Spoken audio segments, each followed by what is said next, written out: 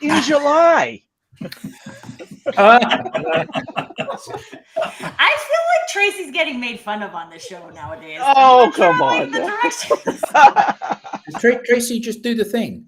Just do the thing. I'll just do the thing. If you want Don't the even worry thing. about it. All you gotta do.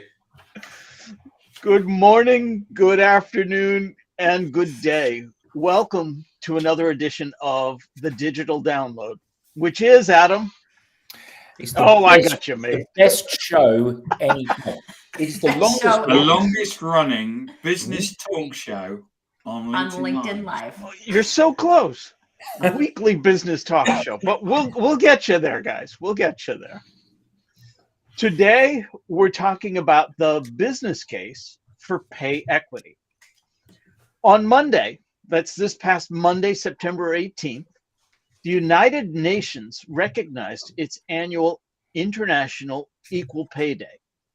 This, according to their website, represents the long-standing efforts towards the achievement of equal pay for work of equal value. It further builds on the United Nations commitment to human rights and against all forms of discrimination, including discrimination against women and girls. More than simply the right thing to do, pay equity makes business sense too. We'll have a special guest, compensation expert Dan Kopp, to help guide us. We'll talk about compensation transparency, why it's important, and where do we start. But before we do that, let's go around the horn with some introductions. Adam, would you kick us off, please? I'd love to. I'm Adam Gray. I'm co-founder of DLA Ignite, and I thoroughly look forward to my Fridays because of this show. Awesome. Thank you. Tracy. Good morning, everyone. Tracy Borison from TLB Coaching and Events, a proud partner of DLA Ignite, where we help people take their real, authentic, good juiciness and turn it into sales and marketing and community stuff. Wow. And I'm in. Do it. Good, juicy stuff. And I wake up early every Friday because of this show. Yeah. Yes, you do. You're a stalwart, Tracy. You are a stalwart. Yeah. Excellent. Thank you for that. Alex. Good morning, good afternoon. My name's Alex Abbott, founder of Sapiro. We do all the juicy stuff as well. We help salespeople, we empower salespeople to generate a steady flow of conversation on social media. Excellent. Thank you. And Tim. Hello, everybody. My name's Tim Hughes. I'm the CEO and co-founder of DLA Ignite. And I'm famous for the fact that I wrote the book, Social Selling Techniques to Influence Buyers and Changemakers. Fantastic. I'm also a proud DLA. Sorry. He's very Tracy, famous, and we're very lucky to have him on the show. And Tracy, when I was over in Canada during the summer, I didn't get up at this time and do the digital download. Tim, we know. You get a gold star. Yeah. Yeah. Tim, what was that book again? Mark Twain. All right. Fantastic. Thank you. And myself, Andrew will tell you what it is in a moment. He'll put a comment. Andrew will tell you what it is. Yeah. I am Rob Durant. I am founder of Flywheel Results, also a proud DLA Ignite partner, and we help startups scale. So, as I said, this week on the Digital Download, we'll speak with Dan Kopp, compensation expert, founder and CEO, leadership coach, and mentor. Dan helps clients refine the art of aligning compensation with employee input. Dan, let's bring you on. Good morning. Welcome. Hi, Dan. How's everybody doing? Please tell us a little bit more about yourself and how you got here. Well, you did a pretty good job. I've been in a leadership position for 30 plus years in various parts of the employment areas. And most recently, since 2019, I've been a co-founder and CEO of Dynamico. And we basically have software that allows our clients to create and easily manage compensation systems that ensure equity. And that is huge. Excellent.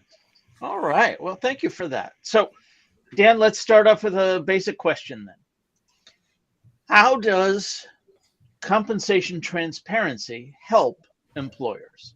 Well, there's a number of ways it helps it. First of all, it makes for a better working environment, for crying out loud. If you've got a select group of people making more by default based on their gender or their skin color, they're making more money than others, you've got dissension amongst your employees right there from the get-go. So when you've got equity, that dissipates. It goes away because everybody's got an even playing field. So it's huge. It'll allow you to attract a more diverse workforce. It'll allow you to keep the great people, not just the people you've been paying higher than everybody else. And you will be a better organization, company, etc. because of it. So you're But not how would they saying know? I mean, speaking about compensation is taboo in many workplaces. It is. We encourage our partner clients to basically wear their emotions on their sleeve and say, here's our compensation system. So when they're built, they built it through the lens of what makes a great employee in this category. These are the criteria. These are the degrees, the certifications, the abilities, etc. These are the things we want them to do. And these are our exemplar employees display these things. You then go to market and say, hey, if you can do these things, if you possess these skills, you have these degrees, please come to us because you fit us. And then guess what? Once you're here, we're going to pay you for those things. So we've got a nonprofit client who their executive director meets with every single one of their employees when they're initially screened and then hired. And he said, here's where you are. This is what you do. They all know because of their compensation system, how well articulated they are. They all know where they fit in the bigger picture and they know the direction of the organization. There's no guesswork. They see that they're a piece of the bigger puzzle, and they're all going in the same direction now. They had employees opt out once they created these systems because they said, that's not me. I just want to be here another year and get more money. I don't want to have to do those things or get those certifications. So those people went elsewhere. They brought in hard chargers that aligned with their systems, and they took their organization to another level. That's the success. Pay transparency should be prevalent. It's only not because of what we're talking about, the equity gaps. Don't tell her what I'm paying you because she's going to be upset. Here it is. Everybody should be able to get to the top. But you're talking about, so you're not talking about salaries being the same in those levels, are you? Or is it just the equity component of the remuneration? Ideally, our clients make compensation systems. I'm just going to use easy numbers. Let's assume a starting wage is $50,000 and they want to cap it at $100,000. And in a traditional system, you're here 20 years, you're going to get to the $100,000. And it doesn't matter if you outperform the person next to you or not. And let's be real, as long as you're not in the bottom 5% of performers, you're off the first level supervisor's radar because they don't have the bandwidth to do more than the lowest 5%. So as long as you're not in the lowest 5%, you could just coast for 20 years. All of a sudden you're at $100,000. It doesn't matter if you're good or even average. So we challenge our people and say, hey, what makes a good employee? Is it the degrees? Is it the skills? Is it the soft skills, the communication ability, all the different things that go into making good employees? Let's articulate those things and assign them value in our compensation system.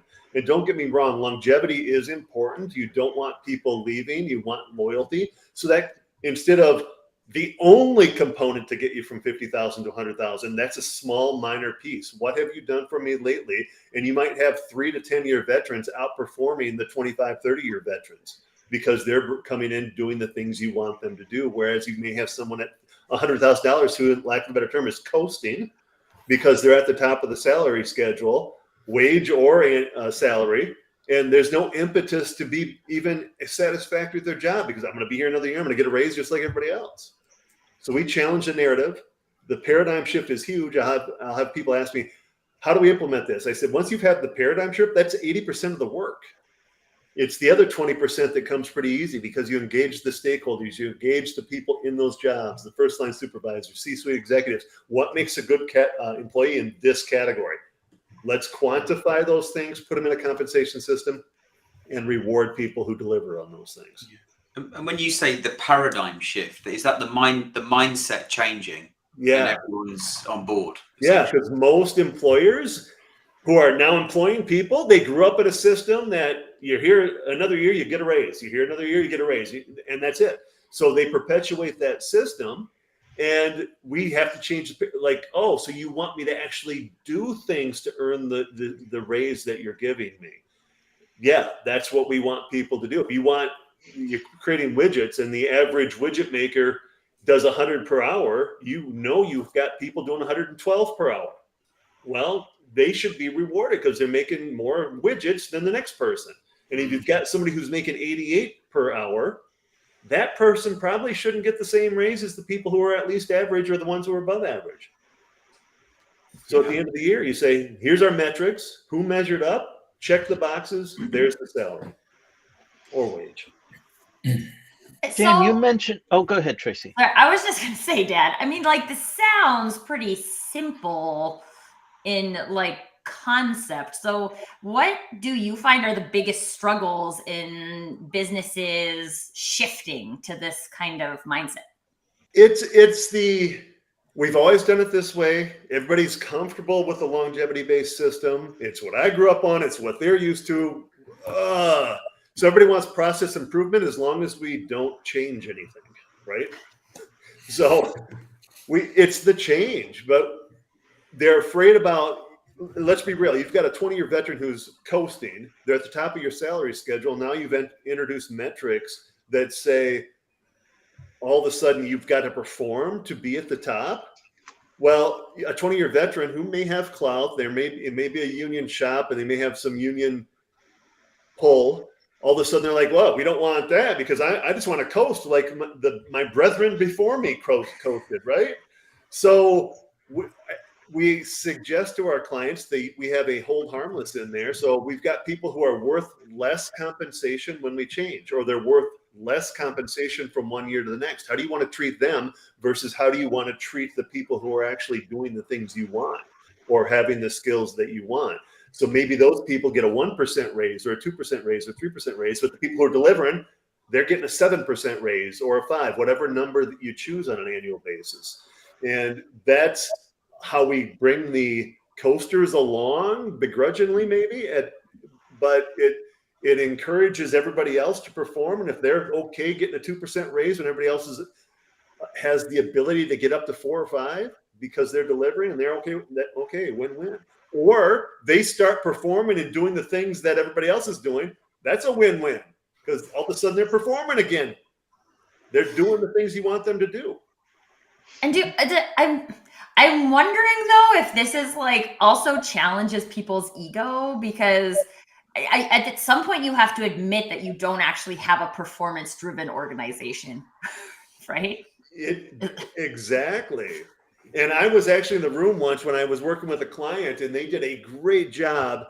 They had nurses, and they developed a nursing model, and they used first line supervisors and executive and leaders in the nursing group to develop this very comprehensive model, one of the best I've ever seen. When we were done, the board approved it. It was a nonprofit. The board approved it. And the lead nurse, who had been involved the entire time, and I'd known him for a couple of years, and a great dude, great organ. I mean, he was the face. He's like, oh, I need to leave because great job doing this, but I just realized I don't fit what this organization values. So I'm going to go over here where I do fit. You guys use what you just created and bring people in. So it helps people, it helps employers find fit, and more importantly, it helps employees find a fit with their employer. And that's what the younger generations want right now. They want to find a fit. They want to make a difference. They are simply asking for that difference to be acknowledged. They don't want to, no one, and if we're being honest, the baby boomers, Gen Xers, no one wants to be in a system that you just merely have to perform and be there 30 years and you're at the top. If you're great, you're a 4-year veteran, you should be getting paid money that is considered great. And the way our system ensures equity, and it's only as good as the people that are actually using it, right? If you've got a tool that you're using inappropriately, the equity goes out to people. But here's a black and white objective tool. It doesn't matter the gender, ethnicity, race. You check the box. Did employee A meet this criteria? Yes or no? Yes or no? Yes or no? There's the salary for next year. Plain and simple. So it's 100% defensible in court, assuming, of course, you adhere to it when you are doing hiring and also when you are allocating raises on an annual basis. So, Dan, you alluded to a nonprofit you were working with earlier, having people leave, and then you just mentioned the example of the nurse who said this isn't for me, and they left. Right. Turnover, and turnover is expensive. At least that's what we're always taught. So companies look to avoid turnover. Do you have any potential clients that say, "Well, we don't want that"? Do you have anyone balk at pay equity for those reasons? Absolutely. And what we focus on is the tool actually helps retention rates dramatically, because I guarantee you, employers who are listening are constantly losing great employees because they're underpaying them. Because it's a 5-year veteran who's outperforming others, but because they're on a longevity-based system, they're getting this amount of pay, where the 15, 20, 30-year veteran's getting this amount of pay. Well, this 5-year veteran's leaving because their greatness is not being acknowledged. So they're already subject to turnover. So our system actually attracts candidates who fit and retains great people, as defined, greatness as defined by the employer. So if I heard you correctly, I heard you just say you're going to have turnover anyway. Why don't you turn over the ones that you'd like to have leave? Correct. Yes. It's, what is that? Addition by subtraction, right? Right. Okay. The other thing you mentioned was it helps if you follow it in a court of law. So that leads me to another question I had prepared for today. What are some benefits of having objective, comprehensive compensation systems? I think you've alluded to a couple of them so far. The main 4 that we talk about all the time is attracting great talent that fits you. And it's going to look different for every organization.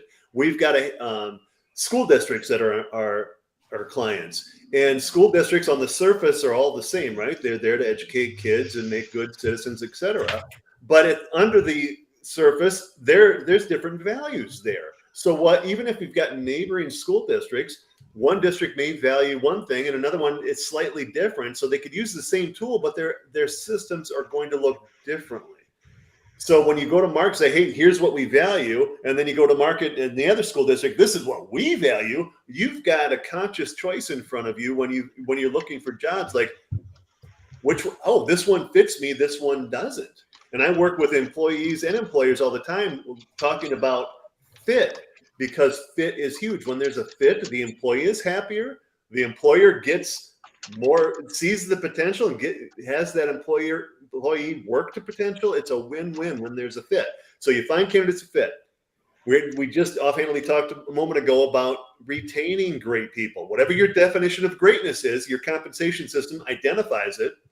And our system's fluid, it's dynamic, ergo the name of our company, Dynamico, because when you create a system and implement it, it is perfect until you start using it. Just like any policy, procedure, handbook you've ever used. And then you see the loopholes. You see what you forgot. You put in something that didn't make sense. So we encourage our clients annually to evaluate what's working, what's not working, what shifted in the market that we now need to change in our compensation systems so we attract different people, et cetera. So attract people who fit, retain great people, encourage and reward satisfactory and exceptional performance. So at times we run into clients who just have if you have an exceptional rating on your evaluation, we're going to give you this arbitrary bump in $750 extra, whatever, just some random number. Well, we build it right into our systems, and then people see, all right, if I'm at least satisfactory, I'm getting to get this money associated with that. And if I'm actually exceptional, I'm going to get this money associated with that. It takes the ambiguity out of it. There's no favorites behind the scene. And that gets back to the equity piece. It is black and white, and everybody right there sees who's getting what. And we actually have reports in our system that at the end of the year, you can do a summative evaluation with your employee and say, hey, here's your salary for next year based on all these boxes that are checked. More importantly, look at the boxes we didn't check. For example, we'll have clients who say, yeah, I've got people who just aren't nice, and they're not nice to our customers. Well, you're not going to put in a system not nice, right?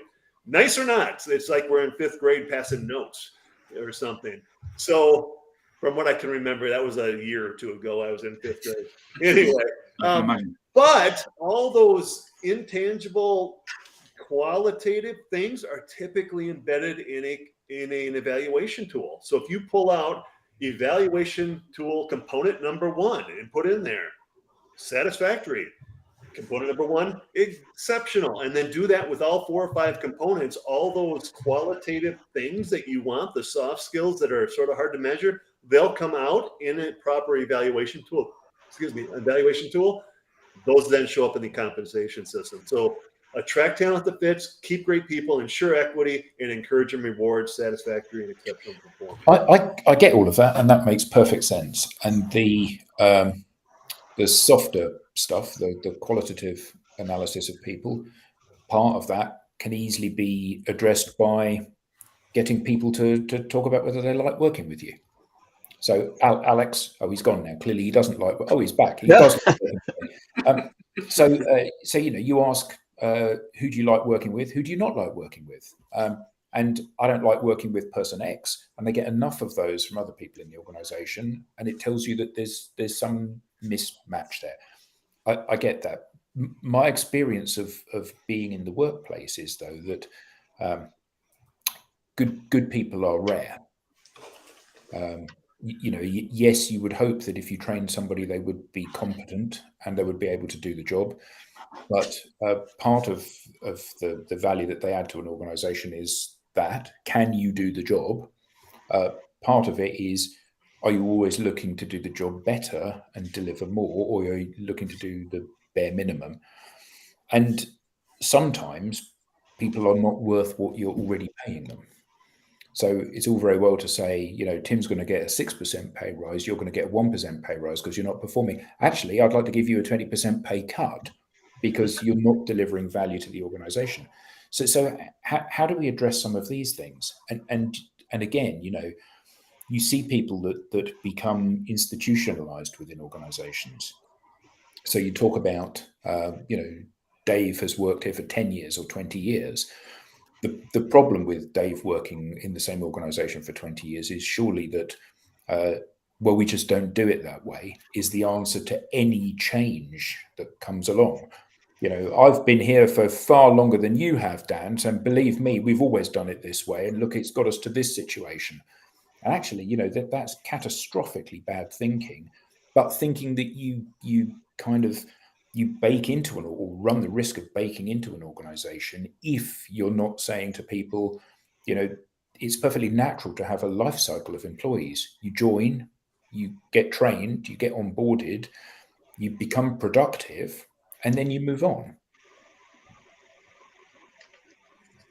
Yes, I agree. One of the things you mentioned, the 30% pay cut, when I was talking about the people who are worth less compensation, we actually have basically a hold harmless concept, but that allows you, let me use different numbers. All right. So we're going to everybody's going to get a 5% pay raise this coming year. Here's the new system. But in year 2, we're going to say people who are delivering on what we want get up to 6%, and the people who aren't only get a 2%. Year 3, they get 6%. You actually get a 0%. Year 4, they're still eligible for 6%. You're at 98% of what you're currently at. So in other words, a 2% pay cut. So our system allows for ripping the Band-Aid off. You can go from where you are to where you want to be tomorrow. You can do it over time. And what do you want to do with those people who aren't performing? If you want to put a 20% pay cut in there, the system allows you to do that. Now, obviously, that's not great for culture, because if you're using it as a tool to drive people out, there are other leadership and managerial approaches you could take to do that versus making them uncomfortable because of their paycheck. That's sort of it's accurate that you want to do that, but I would recommend it's over a 3 to 5 year implementation. You'd end up in tribunal. You're held You'd end harmless up in to court everybody else. But just so you know, 5 years from now, you will have had 5 years warning. If you're not measuring up, you're actually going to get up to a 5 or 10% pay cut, and that's on you. And they're going to do one of three things. They're going to be okay with that. I doubt it. They're going to start playing the game and delivering on the things you want, even though their heart may or may not be into it. Okay, you still win as the employer because they're delivering the great things you want. Or they're going to say, this isn't me. I'm going to go elsewhere. You go to market and bring people in who fit. They'd take you in the UK and in Europe. They'd take you to court. You'd end up in tribunal doing that. Dan, got some points from Rob.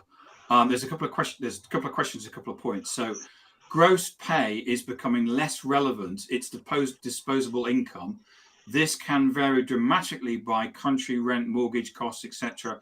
Are you talking about global pay equity? Question.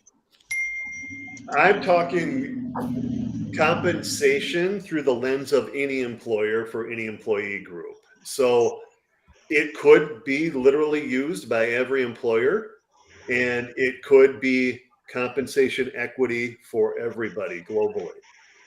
But what we've seen is a lot of businesses, public, private, nonprofit, a lot of people get in trouble when somebody mentioned the taboo. It's taboo to talk about compensation. So they get into trouble when people do start talking about it, and it's exposed that there's discrimination and inequity. So this levels the playing field for all employees. It's the right thing to do. It levels the playing field, and it keeps them out of hot water. Even on the hiring portion of things, you've probably experienced, well, I'm bringing this candidate in who happens to be male because of the experiences he's had elsewhere. That's why he rose above other employee or other candidates. Well, our system allows for like one-offs. Mr. Smith came in with this experience, which made him be hired. And because of that experience, we're going to give him $5,000 extra over a normal employee another employee who happened to be female. But our system shows why that is. And the courts will look at, all right, there's a disparity 15, 20 years from now. Let's assume there's turnover in the HR office, turnover in all the C-suite executives. No one knows 20 years later why Mr. Smith is $5,000 ahead of Ms. Jones. The system will reflect upon hiring, he was giving this money for this reason. There's the evidence right there. So it ensures equity. It is basically your evidence when if you ever got in hot water, it's going to stop discrimination. Assuming, of course, the people who are enacting and in charge of it are actually following it as it is presented. Because again, your system's only as good as the ethics of those who are implementing. Another comment from Rob. Thanks, Dan. Another comment from Rob is controversial potential question. It took diversity to extreme. How can you have equity? They all offer different skills and outcomes. We look on we build our systems on a macro level. So let's talk about custodians. Most people can relate to what a custodian does. Let's articulate what we want our custodians to do. So we've got a system built on a macro level. Here's what an ideal custodian looks like. What bad choice of words. At the end of the day, the performance looks like this skill, this ability, this customer service, this on call or not. We were talking about snow earlier. Maybe some of your custodians are on call during the winter months, like January through December up in Canada, the winter months. And they come in and you pay them when they come in at 4 a.m. to make sure your sidewalks are cleared. But the days they check at 3 a.m, whether or not they come in and it's not snowing, you don't pay them. But you sure value that. So you would have some type of a metric in there, like they're on call, and it might be 47 cents an hour, but extrapolate that over 2,080 hours for the work year, then all of a sudden that's real money that you acknowledge them. So it's built on a macro, but each individual employee is examined on a micro level. So did employee A meet this criteria, have this ability, have this skill set? Did they increase a year in employment? Were they satisfactory on their evaluation? Were they exemplary on their evaluation, et cetera? So built on a macro level, each employee is examined on a micro level. And Rob's final point is he said age is not an outcome. I agree 100%. So unfortunately, longevity-based systems are usually beneficial to veterans, which veteran equates to older people. So we've got systems that it doesn't matter your status, veteran or relatively new, in essence, your age typically, because if you're performing, you have these skills, these abilities, these soft skills that are embedded in the evaluation tool, we're going to pay you because we've identified if you do those things or have those skills, it's going to make us better. So we're going to pay you for making our organization better. We're going to grow together and it's a win-win. So you want your employees to aspire, all of them to aspire to get to the top of a salary schedule, not because they've been there 20 years. Yay, I've been here 20 years. Look at me. I'm great. No, you breathed there for 20 years and you weren't the bottom 5% of performers. Whoop-de-doo. But if you're at the top, it says something. Now, it's not something, you don't want to create systems that are easy. These are still going to be challenging, but they've got to be realistically challenging. So, Dan, you mentioned school systems, and that brought to mind for me unions. In my experience, having been in unions, it's very much about tenure. It's very much about time in title to dictate your next level of income. How do you find this received by organized labor? Do they push hard against it or do they embrace it? Well, that's a good question, because typically when you're dealing with representatives of a union, you're probably talking about more tenured people who benefit from the system that you're talking about and who are oftentimes, and this is not a union statement, it's just, we talked about it earlier, veteran people who are at the top of a salary schedule, there's no impetus to be even average. You're at the top, I'm going to get the raise like everybody else, I'm going to coast. So when we've got people who benefited from the system on the other side of the table as representatives of the greater group of people, whether it's a union shop or not, all they say is, well, how am I going to lose in my people? No, this is not good. So that's when we talk about the hold harmless. And that's when you hopefully get a chance to engage union members who aren't necessarily at the top and are the 3 or 4 identified negotiators. Because I've been in school districts that are union school districts, and when we have a broad conversation about what makes a good educator, there are a myriad of things. And let me tell you, the people who aren't at the top typically are outperforming the people who are at the top. So they'll come up with like this, all these different things that make them great, and they're right. So if we've got the hold harmless, say, all right, people at the top, you're going to be at a 3% raise. People who are doing the things we want, you're going to be at a 6% raise. That's sort of less, or the scenario I gave you a minute ago, everybody's going to be at 105% of what you're currently at. So 5% raise next year. The following year, those who are delivering also at 5%. Those who are no longer delivering, you're at 4. Following year, 5%, 3, 5%, 2. And that's those teachers who are educators who are at the 20-year veterans. They know what good teaching is. I'm sure they were great when they were 3 to 15-year veterans, but it's easy to coast. And this goes across every employment category and every sector of the society. It's easier to coast the more veteran you get. You lose the gumption to be at the top of your game. There's no impetus to. You see somebody working beside you and you think, well, they're letting this dude work here and he's not getting fired. I just got to outperform him. I'm good. So all those thoughts go into people coasting, and a system that encourages and rewards satisfactory, maybe just do satisfactory. Could you imagine an organization that has satisfactory employees across the board in every category? Oh my gosh.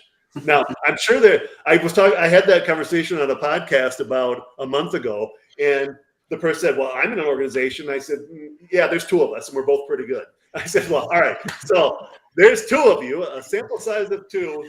Odds are you can get above average for the sector, above average people if you got a sample size of two. But if you got an organization of 50, I'm sure you've got people who are industry standard below average and some who are above. Can you imagine everybody being at least average?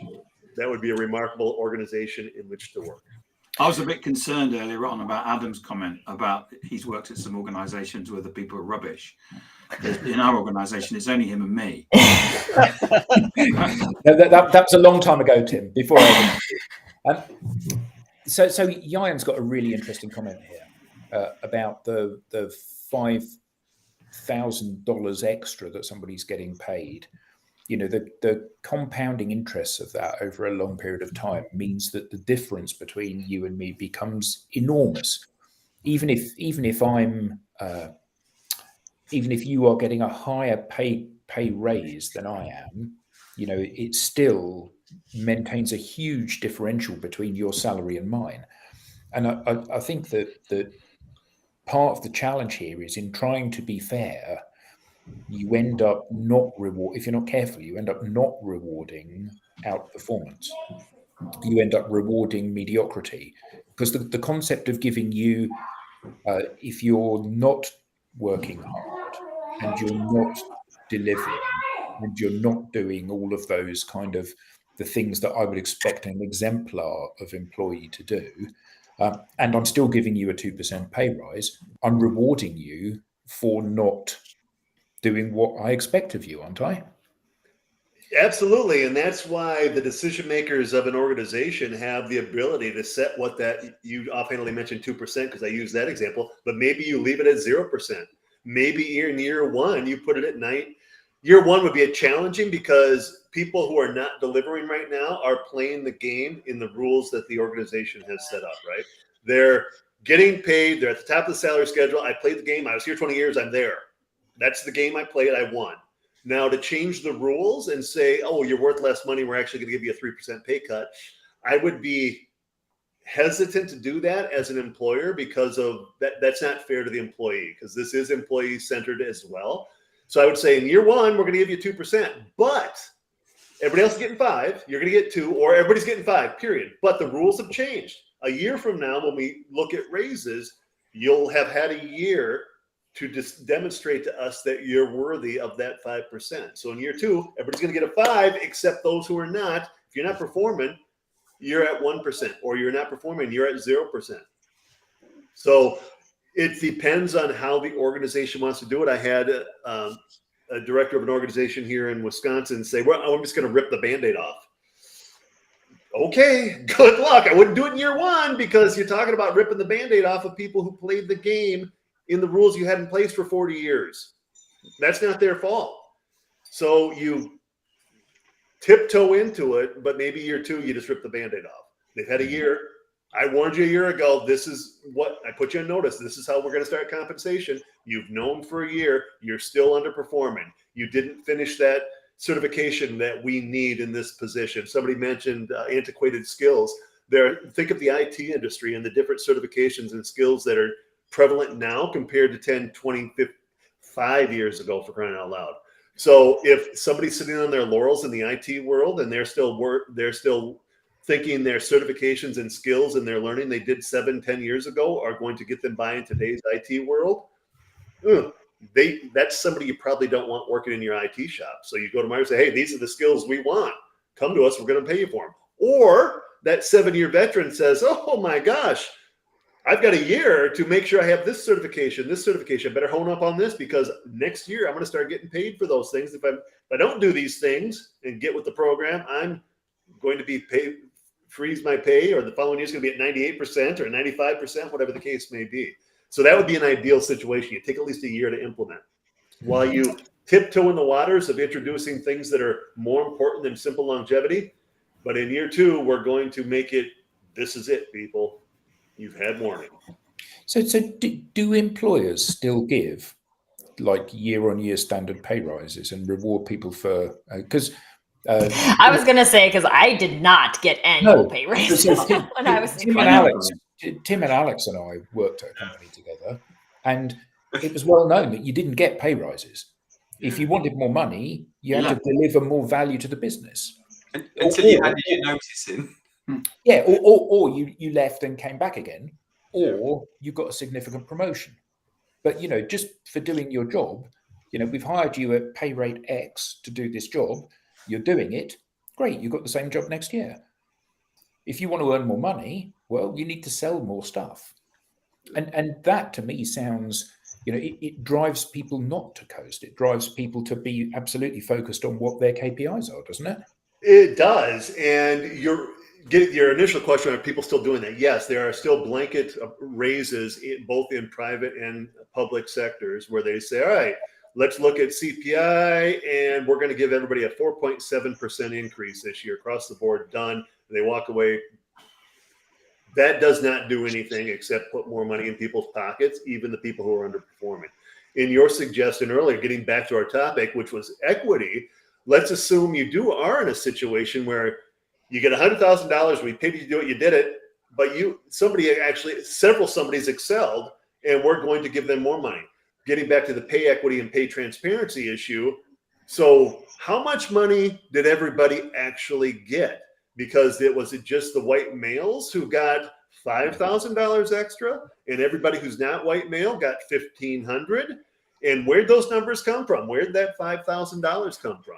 In like the number itself, not literally the dollars, but who came up with $5,000? Our system allows for people to basically put value. What's more important, this or this? Well, this one is. All right, the system's going to show you this is more important, and it's always going to be until you change it, because you've changed, the market's changed, something inside your organization's changed. You just have you've got calculated, targeted money going to things that you find valuable, as opposed to, oh, you're worth $3,000 raise, and here's your $17,000 raise, and here's your $7,000 raise. Those are just arbitrary numbers, and there's no consistency, and that's when you've done things that are not pay equity focused and not right for human beings and could get you in trouble. I have a question about beginning pay equity, because I feel like this is a problem is that a starting salary, most businesses will give you a range, right? And so then you may or may not accept that, where you fall in that range when you start. And so because I feel like this is a culture thing, right? And it is to some degree do we want as a business to have performance? And if we do want a business have, what is performance? We've talked a lot about value. What is value, right? So what is the process of actually going from, hey, I hire people based on job descriptions and I have this way, which may be conscious or unconscious right now, that I hire people. How do I start to have that conversation about what is valuable, and what happens when I realize I'm paying people for a lot of stuff that's not valuable? Great question. Great question. I was asked recently, what's the one problem people have?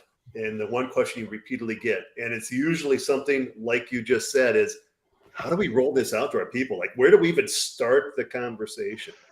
So this is what I've done. This is what I recommend our people do. And this is what I've seen work. You get people in your meeting space, whether it's an auditorium, a big conference room, whatever your meeting space is. All right, people, they're your C-suite executives stand up here. Maybe it's just you and you've got 12 people working for whatever. We're going to create compensation systems that address the great things that you do for us. If you're making our organization company better, those are the types of things we want in our compensation systems. And more than 80% of the people are like, oh, yes, finally, right? It's the good old boys who are sitting in the back, who one of them's thinking this, and they're going to, hey, boss man, what about those of us who don't do great things? What are you going to do with us? Well, I then asked the C-suite executive, the decision maker, like, do you really want to continue to have an organization based on the people who are not really of value? Or do you want to do it on the other 80%? And then when those 20% or so realize the hold harmless and the power of the hold harmless, oh, so you mean I'm going to get a 3% raise regardless of what I do or not still, and they could get 6? I'm good.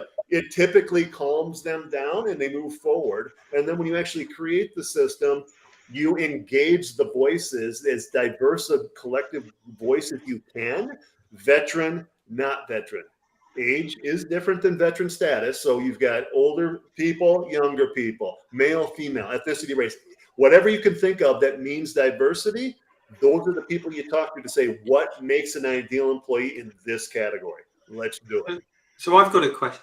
Yeah. Sorry, I've got a question for you. So, so it sounds like the ideal scenario. So equal pay across all kinds of diverse ethnic backgrounds, Correct. man, woman. Is there evidence that shows that actually by doing it this way, it boosts the profitability of the business? It actually the business grows faster. Well, I've got another client I'm going to reference, and they're our longest tenured client and the one that has had the most impact because they're 4 years into the system now. They had, when they started, they had in the business, they had $5 million equity.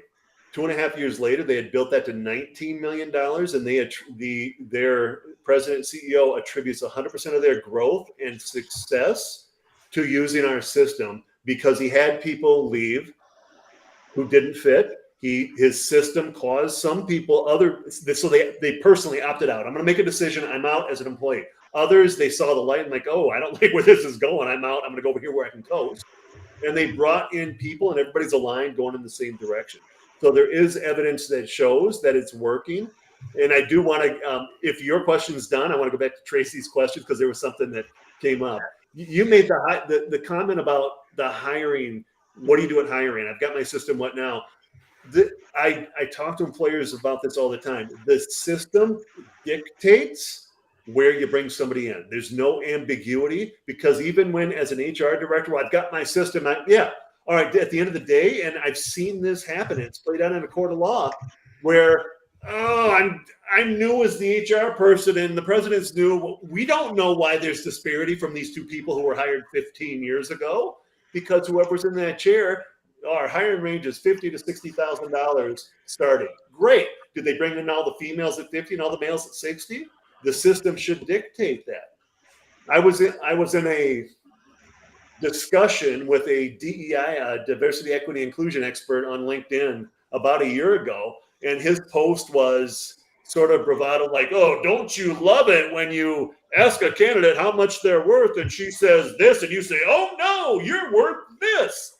I'm like, dude, you should never ask a candidate what they want, because if you are talking about a member of a marginalized community, female, ethnicity, race, whatever, you're assuming they've never been discriminated against in the past, compensation-wise, so they're undervaluing themselves. Your system should dictate how much they want. You, as the employer, you need to lead on that. You don't. Oh, he negotiated, but I've got a colleague who's in court right now, and he's defending, based on the notes from 15 years ago, it appeared this guy negotiated the starting salary better than this woman did. That's why there's disparity. Like, oh my God. No, the system is black and white. Where do the people fit? It doesn't matter what their background is, their ethnicity, race, etc. The system dictates it. Do not put candidates in a position of saying, I'm worth this. No, you tell them what they're worth, period. Done. So in that scenario, though, because I think I don't know, maybe we wouldn't all agree. In my opinion, there's systemic problems that prevent specific types of groups of people getting education. For women in particular, there's a lot of people who have career gaps because they stay home to take care of their kids. And so how does the system prevent like that kind of discrimination? Because I feel like that's like again, a cultural thing.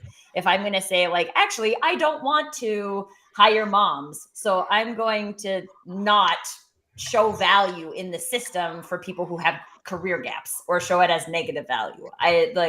How does that come into play? Your system is based on greatness in your current employees and what you hope to have them reach. So we have take away like the years of experience. We take away if you have career gaps, we take away your education, because I feel like education still plays a big role in a lot of hiring. It does, but at the end of the day, how important is it? Well, I agree with you. Yeah, right. That was a rhetorical question. Sorry. How important is it? Because I'm going to go back. Here's an example. I was just talking to somebody the other night. His daughter's going to nursing school, and she wants to go out and get a 2-year degree versus a 4-year degree. And I said, I actually have a client that has nurses, and we talked about the value of a 4-year degree nurse, and and they told me a month or 6 weeks in, we can't tell the difference between them because they come in raw. We train them to do what we want them to do, and we can't tell the difference. So that shows you in that small example that the degree, technically, you obviously have to have a nurse degree, but a 2-year versus a 4 versus a master's, PhD, whatever, you've got to be trained. So I would be hard pressed to find a system that addresses some type of employment gap and how that would be legally justifiable, because we actually partner with a law firm, and the president of the firm and I get on stage, and and the vice president, and typically the vice president, she starts on stage and says, I'm going to scare you about all the trouble you can get into with compensation systems and what you can do wrong. I'm going to do such a good job of it, you're going to hire Dan to keep you out of trouble, because it's an objective tool that should not address things like what's your experience. Now, if someone comes in, it's a 30-year-old and it's a male and a female, and you've got somebody, a 30-year-old, and you experience elsewhere, you've been in that sector doing that's the experience that person has. It's not about it's not about the employment gap a female may have had because of raising child for 5 years before he or she went to school, whatever. So that could come into play, but it levels the playing field. What does this candidate have to offer me, and how are they going to make us great compared to what this candidate has? Name, gender, ethnicity, none of that's even involved here. Here's the 2 candidates. Which one do we want? Or we want both. Mr. Smith actually has the experience, so he's going to get a $2,000 pay bump at the beginning because he's got the requisite experience to put him ahead of his contemporaries who are new. And the system 20 years from now will still recognize why that $2,000 pay gap is there. Dan, you mentioned earlier a company that had been doing things their way for 40 years and now wants to come in and overnight change it. And while you don't advocate for that, you do talk about, after 1 year it's this, after 2 years it's this. And in that period, how much is the organization evaluating and possibly changing the criteria to make these evaluations? And is that changing the rules for the employees year over year? First of all, they can do it as often as they want. What we encourage our clients to do is say, all right, you're building up to the fiscal year, you develop your program, your systems between now and December 31st. At some point in time, you lock them in place. Say it's December 1st. All right, people, December 1st, here it is. You've helped us build them. We're ready. Here's what it looks like. January 1st, they go into operation.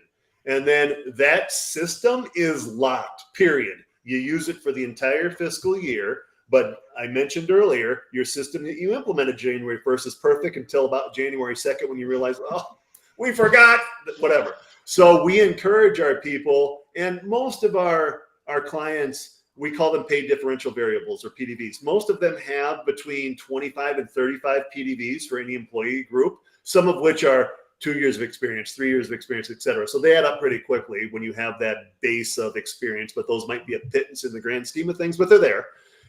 So they'll look at those maybe every August, September, 4 or 5 months before the end of the fiscal year, say, all right, what did we miss? What did we overlook? What has changed externally in the market that we now need to value more? What's changed internally?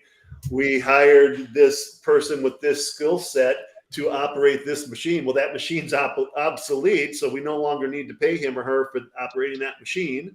So what changed? And there's minor tweaks. Oh, we forgot this. Let's add in this, which minimizes the value of other things, which goes back to the whole harmless. Maybe the system changes a little bit, and all of a sudden you've got somebody who's worth less money because you changed the rules again. That's where that whole harmless comes in. So what do you want to do with the people who you change the rules a little bit? They're still performing, but they're not perfect, not in perfect alignment. Maybe they're at 104%, so they get 4% raise next year, where everybody else gets a 6%. Or they're at whatever. So you've got that ability to tweak those numbers every year and to tweak what's in there. Schools, for example, a hard to fill position, physics teachers across the country, they're hard to find. So maybe every school district says, we're going to give an extra $10,000 for hard to fill positions as defined at a physics teacher. And now 10 years later, you can't find a biology teacher because all the science-minded people went out and got physics degrees. All right. Well, then you're going to change your system. Say, all right, note to self, be a little bit broader and say just hard to fill, let the board define that on a yearly basis, but get rid of physics and all of a sudden biology's there. But the whole harmless, you don't want to take advantage of your physics teachers because they're there because of that. So that's where that whole harmless comes into play. And it's all in the document to say what changed, why is it changed, and you've got longitudinal data to basically go to court and say, here's how we've based our salary decisions. And it's a legal document, it's evidence, and it's going to anybody with an 85-cent pen. I've been an attorney. Anybody with an 85-cent pen can sue you. True. But when you come to discovery and say, here's all my evidence, they're going to say, oh, all right, well, that was a waste of time. So that's the value of a system that is comprehensive and objective. It takes the ambiguity out of it, even at the hiring phase. The system dictates 100% of the time what that person is worth. Fantastic. I can't speak for anyone else, but for myself, this has been eye-opening, and I appreciate it. Thanks, Dan. Dan, Yeah, how can people get in touch with you? You can hit me up on LinkedIn at Dan Kopp Leadership on LinkedIn, or you can email me directly at my company email, dan@dynamicosystems.com, DINAMICO, dynamicosystems.com, and check us out on the web, dynamicosystems.com. Actually, you can create a small limited example on our website for free. Go there, create an account, and you can start playing with it to see what types of controls are out there and see what types of things you could put in there and make your ideas come to life. It's easy. Once you have that paradigm shift, creating the system takes some time because you're not going to sit down in an hour meeting and say, hey, let's change how we've done this for 40 years. What makes a good custodian? Go. And 40 minutes later, you're done. No, it's going to take some time for people to absorb. Hey, we met last week. I forgot to mention this. I forgot this. Let's add this. What I said last week doesn't make sense because this is that. So it takes several meetings over a couple months to get a logical, ideal system set in place. But the timing's great right now. If your fiscal year starts January 1st, just know that by January 2nd or 3rd, you'll realize you forgot something or you made a mistake. But you put that on your working copy and say, note to self, next August, September, as we're looking forward to the beginning of the year, what do we need to tweak, add in, delete, all those types of things. So dan@dynamicosystems.com or on LinkedIn. Fantastic. Right. So to our, what's that? Pardon? No, I just said thank you. You're finishing. Oh, yes. So We're to finishing our time. I know. Doesn't know how audience, to handle it. to our panelists, thank you very much. Another lively discussion. If you have something to say, if you want to be on the show, we would love to hear from you. Digitaldownload.live, click on the Be Our Guests, or you can click on the QR code now on screen.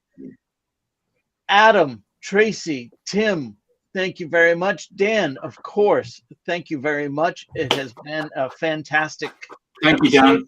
Thank you. This has I was been the honored to be Digital here. I appreciate Download, the longest running weekly Business Talk Show on LinkedIn Live. Thank you all. We'll see you next week. Thanks, everyone. Bye. Bye, everybody.